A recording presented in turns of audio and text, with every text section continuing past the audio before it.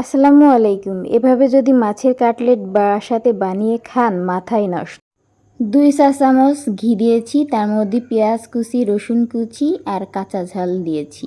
দিয়ে ম্যাশ করা মাছ আর ম্যাশ করা হচ্ছে একটা সেদ্ধ আলু দিয়েছি। তারপর ম্যাগি মশলা, ধনেপাতা, তারপরে সামান্য একটু গোলমরিচের গুঁড়া, সয়া সস 2 চা চামচের মতো দিয়ে এভাবে নাড়াচাড়া করে নিতে হবে।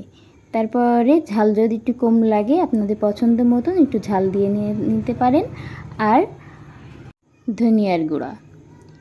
এরপরে আমি মাছের শেপে এগুলো হচ্ছে শেপ দিয়ে নিয়েছি। তো একটা বাটিতে আমি হচ্ছে গোলা তৈরি করব আর কি। তার মধ্যে ম্যাগি মশলা দিয়েছি, ওটা হচ্ছে বেসনের গোলা আর কি।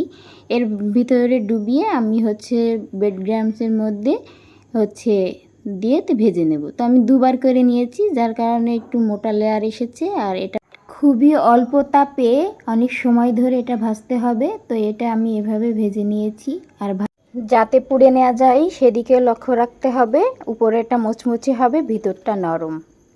এই রেসিপিটা যে মাছে তা কেউ ধরতেই পারবে না, এত মজা।